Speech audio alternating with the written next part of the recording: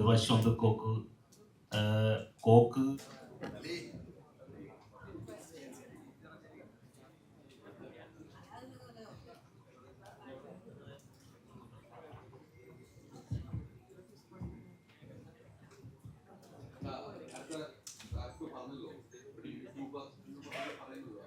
എല്ലാവരെയും നിർത്തുവാണ്. ആ പേര് പറഞ്ഞാൽ എപ്പോഴും എല്ലാ യൂട്യൂബർമാരെ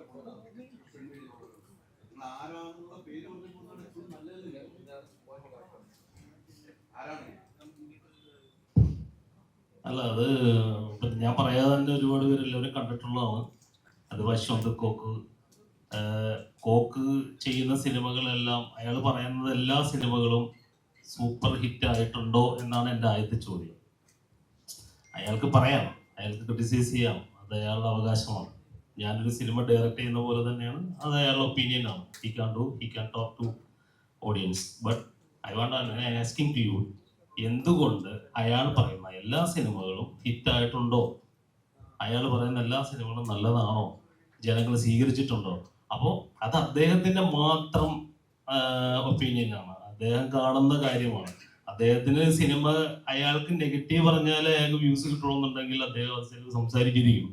അത് എന്നെ സംബന്ധിച്ചിട്ട് ഞാൻ നേരത്തെ പറഞ്ഞ പോലെ എൻ്റെ എഫേർട്ടിനെയാണ് അയാൾ ചോദ്യം ചെയ്തത്.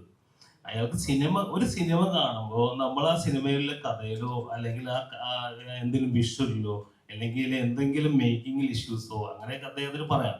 അദ്ദേഹം പറയുന്നത് എന്താ, ഒരു ക്യാരക്ടർ വന്നോ അയാൾ പോയി, ഇയാൾ പറയുന്ന ഇതിനകത്ത് ഏറ്റവും വലിയ പ്രശ്നം എന്താണെന്നറിയോ, ഫോൾട്ട് സംഭവിച്ചിരിക്കുന്നത്. ഞാനിപ്പോ ഇങ്ങനെ പറയാൻ പോലും കാരണം, ആ യൂട്യൂബിൽ ഇപ്പോൾ വന്നിരിക്കുന്ന അദ്ദേഹം പറഞ്ഞിരിക്കുന്ന ഈ ക്രിറ്റിസൈസേഴ്സ് നിങ്ങൾ ഒന്നുകൂടെ ഒന്ന് വാച്ച് ചെയ്താൽ നിങ്ങൾക്ക് മനസ്സിലാവും ഞാൻ പറയുന്നത് എന്താണെന്ന്. സിനിമ കണ്ടിട്ടാണോ അദ്ദേഹം ഇത് റിവ്യൂ ചെയ്തതെന്ന് എനിക്ക് നല്ല സംശയമുണ്ട്. കാരണം പറയണ ക്യാരക്ടേഴ്സ് തമ്മിൽ ഒരു ബന്ധവും ഇല്ല. അതുകൊണ്ടാണ് ഞാൻ ആദ്യം പറഞ്ഞത്, അത് എനിക്കൊരു എനർജി ആയിട്ട് ഞാൻ എടുത്തിരിക്കുന്നത്. എനിക്ക് അതൊരു പ്രശ്നമല്ല, കാരണം അയാൾ സിനിമ കണ്ടിട്ടല്ല റിവ്യൂ ചെയ്തിരിക്കുന്നത്. അയാൾ പറഞ്ഞ ക്യാരക്ടേഴ്സ് തമ്മിൽ ഒരു ബന്ധവും ഇല്ല. നിങ്ങൾ ഓരോരുത്തരും ഇതിനകത്ത് പല ആളുകളും സിനിമ കണ്ടിട്ടുണ്ടെന്നാണ് ഞാൻ വിശ്വസിക്കുന്നത്. അപ്പോൾ അവരോട് ചോദിച്ചു നോക്കാം, നിങ്ങൾ അല്ലെങ്കിൽ കണ്ട ആളുകൾ ഒന്നും കൂടെ അദ്ദേഹത്തിന്റെ ആ ഒരു സിനിമയെ കുറിച്ചിട്ടുള്ള റിവ്യൂ എടുത്ത് നോക്കിക്കഴിഞ്ഞാൽ മനസ്സിലാവും കഥാപാത്രങ്ങൾ അങ്ങോട്ടും ഇങ്ങോട്ടും മാറിപ്പോയിട്ടുണ്ട്. അത് തന്നെ ഏറ്റവും വലിയ ഫോൾട്ടല്ലേ? ഇത്രയും കോടി രൂപ മുടക്കി ഒരു സിനിമ എടുത്തിട്ട് സിനിമ കാണാതെ എങ്ങനെയാണ് ഇത് ചെയ്യുക? എനിക്കറിയാൻ പാടില്ല. അത് കാണുന്ന പാവപ്പെട്ട ജനങ്ങൾ ചിന്തിക്കുന്നത് എന്താ, ആ സിനിമ മോശമാണെന്നല്ലേ ചിന്തിക്കുള്ളൂ.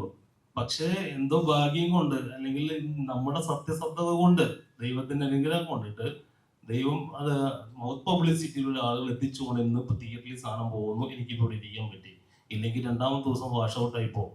ഇത് ഒരു സിനിമയല്ല, ഇത്രയും കോടികൾ മുടക്കി ചെയ്യുന്ന സിനിമയ്ക്കൊക്കെ ഇങ്ങനെയൊക്കെ റിവ്യൂ പറഞ്ഞു കഴിഞ്ഞാൽ എവിടെ പോയി നിൽക്കും? അതാണ് ഞാൻ ചോദിച്ചത്. പുള്ളി പറയുന്ന എല്ലാ സിനിമയും സൂപ്പർ ഹിറ്റ് ആണ്, ഞാൻ സമ്മതിച്ചേ. മനസ്സിലായോ? അയാളൊരു വലിയ ടെക്നീഷ്യൻ ആയിരിക്കും, എന്നെക്കാട്ടും ബ്രില്യൻ്റ് ആണ്. എനിക്ക് അറിയില്ല, ഞാനൊരു കോമൺ സെൻസ് ഉള്ള ഒരാളാണ്. അയാൾക്ക് അതിബുദ്ധിമാനാണ് അയാൾ. എങ്കിൽ അദ്ദേഹം പറയുന്ന കാര്യങ്ങൾ എല്ലാ സിനിമകളും അതുപോലെ ഇവിടെ ഹിറ്റ് ആയിട്ടുണ്ടെങ്കിൽ അല്ലെങ്കിൽ ജനങ്ങൾ സ്വീകരിച്ചിട്ടുണ്ടെങ്കിൽ ഞാൻ സമ്മതിക്കാം. അദ്ദേഹം നല്ലത് എന്ന് പറയുന്ന എത്രയോ സിനിമകളിലൂടെ ഔട്ടായി പോയി. കഴിഞ്ഞ ദിവസം പോലും സംഭവിച്ചു. ഞാനത് മെൻഷൻ ചെയ്യുന്നില്ല ആരാണ് ഏതാണ് സിനിമ എന്നുള്ളത്. അത് സിനിമയിൽ നിൽക്കുന്ന ഒരു ഡയറക്ടർ എന്നുള്ള നിലക്ക് എൻ്റെ എത്തിക്സ് ആണ്, ഞാൻ അത് കീപ്പ് ചെയ്യും.